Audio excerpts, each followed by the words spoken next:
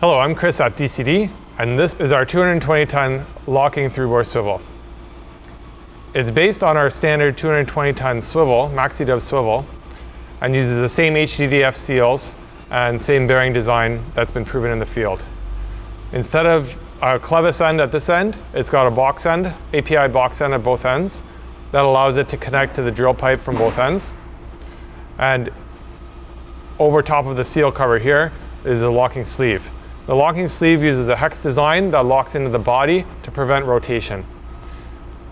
The locking pins in the front can be unscrewed, and this locking sleeve can slide forward, be locked into place, and expose the seal gap, which allows it to rotate.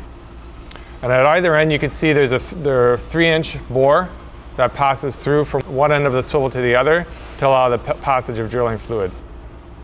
In addition to the multiple sealing mechanisms that we have in the swivel, there's also a relief valve that's located at this end, and that allows drilling fluid to be expelled if the first seal starts to wear. So that creates a very clear visual indication that the swivel needs service.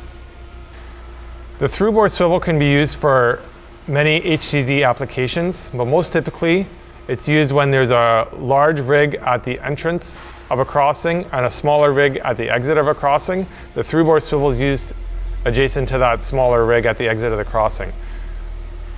It allows the two rigs to work together to provide extra pulling force and extra torque, which is why you want to be able to lock it at times and unlock it at times.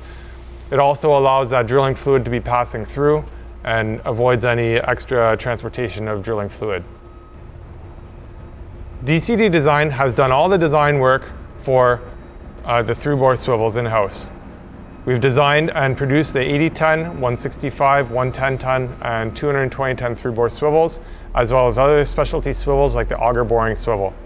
If you require any specialty swivels like this or any custom swivel designs, please let us know. Thanks for watching.